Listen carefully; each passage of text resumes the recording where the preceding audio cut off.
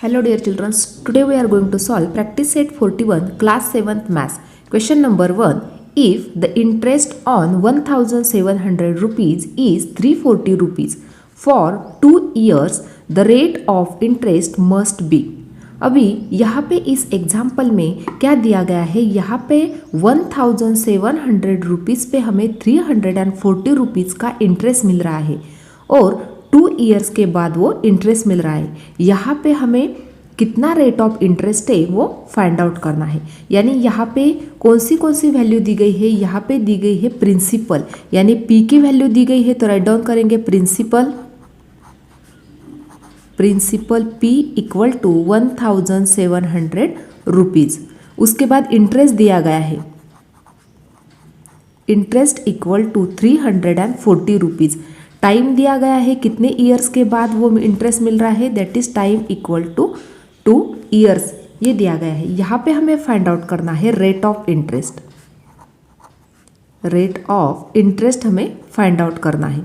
तो किस प्रकार से फाइंड आउट करेंगे, देखो यहाँ पे हम फॉर्मूला यूज करेंगे, therefore interest equal to P multiply by T multiply by R upon 100 equal to, यहाँ पे इंटरेस्ट कितना मिल रहा है हमें 340 रुपीज़ इंटरेस्ट मिल रहा है।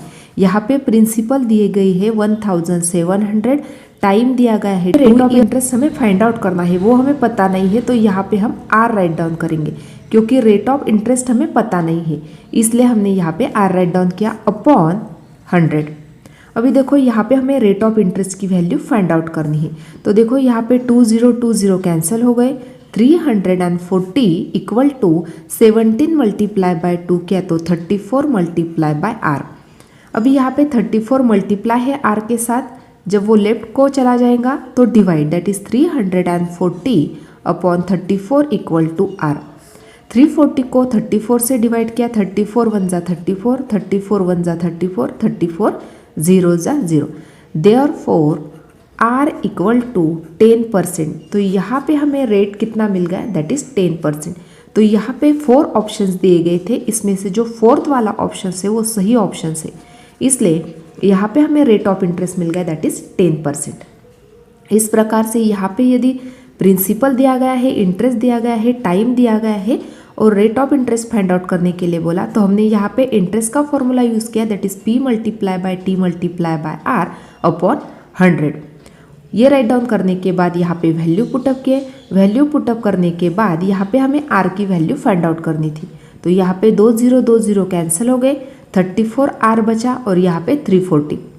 तो 340 को 34 से डिवाइड किया तो हमें रेट ऑफ इंटरेस्ट मिल गया दैट इज 10%। सेकंड एग्जाम्पल देखते हैं, if the interest on 3000 rupees is 600 rupees at a certain rate for a certain number of years, what would be the interest on 1500 rupees under the same condition। अभी देखो यहाँ पे हमें interest मिल रहा है 600 रुपीज़, यहाँ पे प्रिंसिपल दिया गया है 3000 रुपीज़ पे हमें 600 रुपीज़ इंटरेस्ट मिल रहा है, लेकिन कितने नंबर्स ऑफ ईयर्स के बाद वो हमें पता नहीं है और रेट भी यहाँ पे दिया गया नहीं है। तो फर्स्टली हमें ये रेट फाइंड आउट करना होगा। यदि हमने यहाँ पे अज्यूम किया कि हमें 1 ईयर्स के बाद ये 600 रुपीज़ का इंटरेस्ट मिल रहा है, तो हम किस प्रकार से राइट डाउन करेंगे, देयरफॉर यहाँ पे जो दिया गया है that is principal P equal to 3000 rupees. उसके बाद हमें इंटरेस्ट मिल रहा है, इंटरेस्ट मिल रहा है हमें कितना 600 रुपीज़, और कितने ईयर्स के बाद हम यहाँ पे ईयर्स अज्यूम करेंगे इक्वल टू 1 ईयर, यानी यहाँ पे टाइम दिया गया है, इसको ही हम टाइम अज्यूम करेंगे, टाइम इक्वल टू और ईयर्स इक्वल टू 1 ईयर्स। अभी यहाँ पे हमें रेट पता नहीं है, तो फर्स्टली रेट को फाइंड आउट करेंगे इस प्रकार से, देयरफॉर इंटरेस्ट इक्वल टू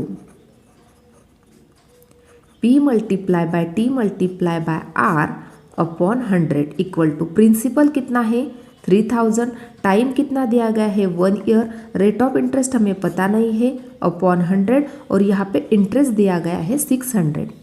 तो यहाँ पे 20 कैंसिल हो गए, therefore 600 equal to 30 multiply by R।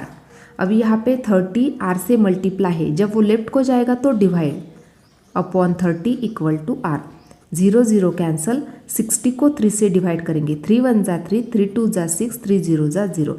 Therefore R equal to 20%। तो यहाँ पे रेट ऑफ इंटरेस्ट कितना है 20%। यहाँ पे हमें रेट मिल गया दैट इज 20%। तो अभी हम क्वेश्चन को आगे सॉल्व करते हैं। यहाँ पे दिया गया है what would the interest be on 1500 rupees under the same condition. यदि यहाँ पे वही सेम कंडीशन है तो यहाँ पे 1000 रुपीज़ पे 1500 रुपीज़ पे कितना इंटरेस्ट लगेगा वो हमें फाइंड आउट करना है। देयरफॉर इसके आगे सॉल्व करते हैं। देखो यहाँ पे प्रिंसिपल कितना है 1500, तो राइट डाउन करेंगे P इक्वल टू 1500 रुपीज़। अभी यहाँ पे हमें कितना इंटरेस्ट मिलेगा वो फाइंड आउट करना है, यानी I की वैल्यू यहाँ पे हमें फाइंड आउट करना है। रेट कितना लेना है हमें, रेट इक्वल टू 20% लेना है और T की वैल्यू लेनी है 1 ईयर, यानी यहाँ पे सेम कंडीशन है दैट इज रेट 20%, टाइम दिया गया है 1 ईयर्स, यहाँ पे इंटरेस्ट फाइंड आउट करना है। Therefore interest equal to P multiply by T multiply by R upon 100 equal to principal कितना है 1500, टाइम कितना दिया गया है 1 ईयर, रेट ऑफ इंटरेस्ट है 20 अपॉन 100। यहाँ पे 20 कैंसल, यहाँ पे 15 मल्टीप्लाई बाय 20 क्या है, तो यहाँ पे 300 रुपीज़ ये मिल गया हमें इंटरेस्ट। यहाँ पे 300 रुपीज़ हमें इंटरेस्ट मिल गया। तो यहाँ पे भी हमें 4 ऑप्शंस दिए गए थे, 300 रुपीज़, 1000 रुपीज़, 700 रुपीज़ और 500 रुपीज़। तो यहाँ पे हमें आंसर क्या मिल गया 300 रुपीज़, यानी जो फर्स्ट आंसर है वो राइट आंसर है, यानी फर्स्ट जो ऑप्शन दिया गया है वो राइट ऑप्शन है। इस प्रकार से क्वेश्चन नंबर 2 सॉल्व हो गया। Question number 3. Javed deposited 12,000 rupees at 9 PCPA in a bank for some years and withdrew his interest every year. At the end of the period, he had received altogether 17,400 rupees. For how many years had he deposited his money? अभी यहाँ पे इस example में क्या क्या दिया गया है, यहाँ पे 12,000 रुपीज़ जावेद ने डिपॉजिट किए हैं बैंक में, यहाँ पे रेट ऑफ इंटरेस्ट दिया गया है 9% और यहाँ पे he had receive all together 17,400 rupees, यानी यहाँ पे टोटल अमाउंट दी गई है। तो यहाँ पे हमें फाइंड आउट करना है for how many years had he deposited his money, यानी यहाँ पे हमें टाइम फाइंड आउट करना है। तो यहाँ पे जो जो दिया गया है उसको राइट डाउन कर लेते हैं। फर्स्टली यहाँ पे प्रिंसिपल दिया गया है, principal P equal to 12,000, rate of interest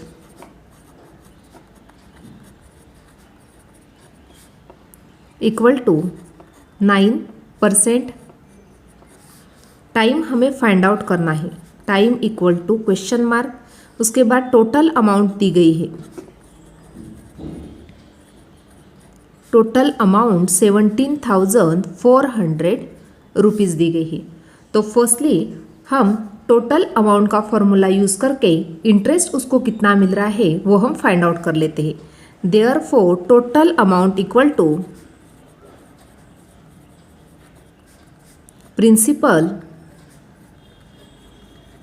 plus interest, ये total interest total amount find out करने का फॉर्मूला है।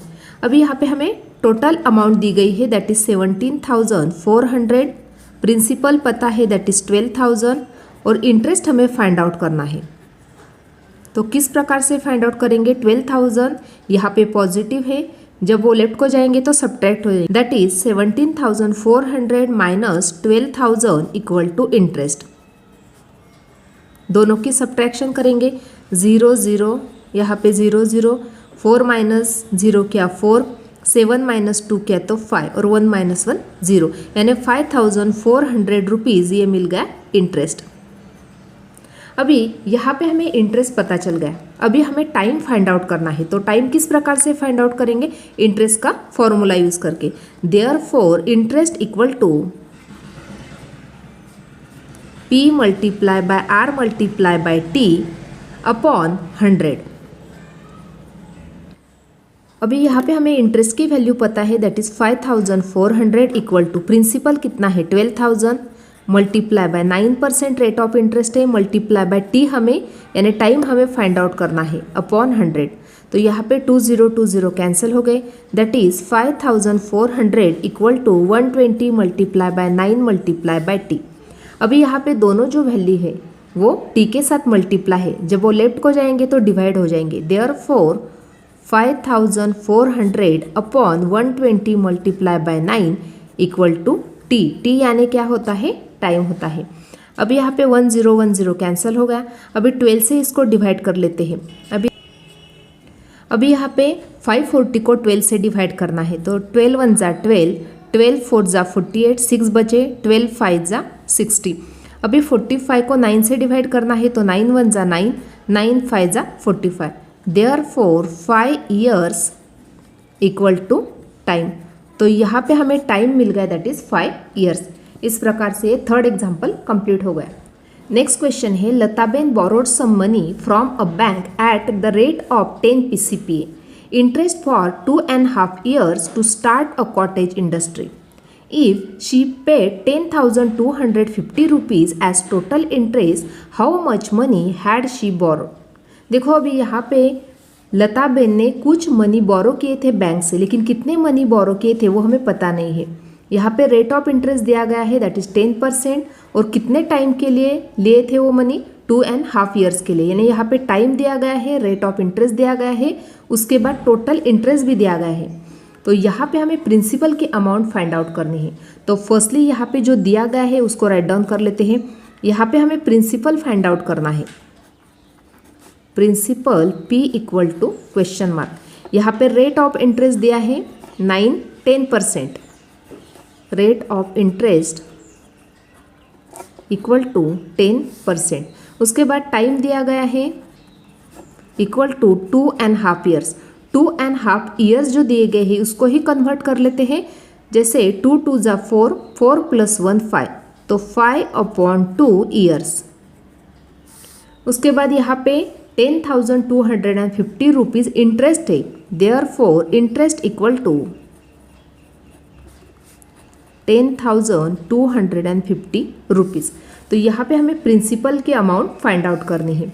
देयरफॉर फॉर्मूला यूज़ करेंगे इंटरेस्ट का, interest equal to P multiply by R multiply by T upon 100। Interest दिया गया है 10,250 equal to principal हमें पता नहीं है, रेट ऑफ इंटरेस्ट दिया गया है 10 मल्टीप्लाई बाय टाइम कितना है 5/2 years है, और अपॉन 100 होता है, तो यहाँ पे मल्टीप्लाई। अभी यहाँ पे जो जो टर्म कैंसिल हो रही है उसको कैंसिल कर लेते हैं। देखो यहाँ पे 2 1 जा 2, 2 5 जा 10। उसके बाद यहाँ पे 5 से इसको डिवाइड कर सकते हैं, 5 1 जा 5, 5 2 जा 10, 5 0 जा 0। 5 से 20 को भी डिवाइड कर सकते हैं, 5 1 जा 5, 5 4 जा 20। तो यहाँ पे हमें वैल्यू मिल गई P/4। Therefore 10,250 equal to P/4।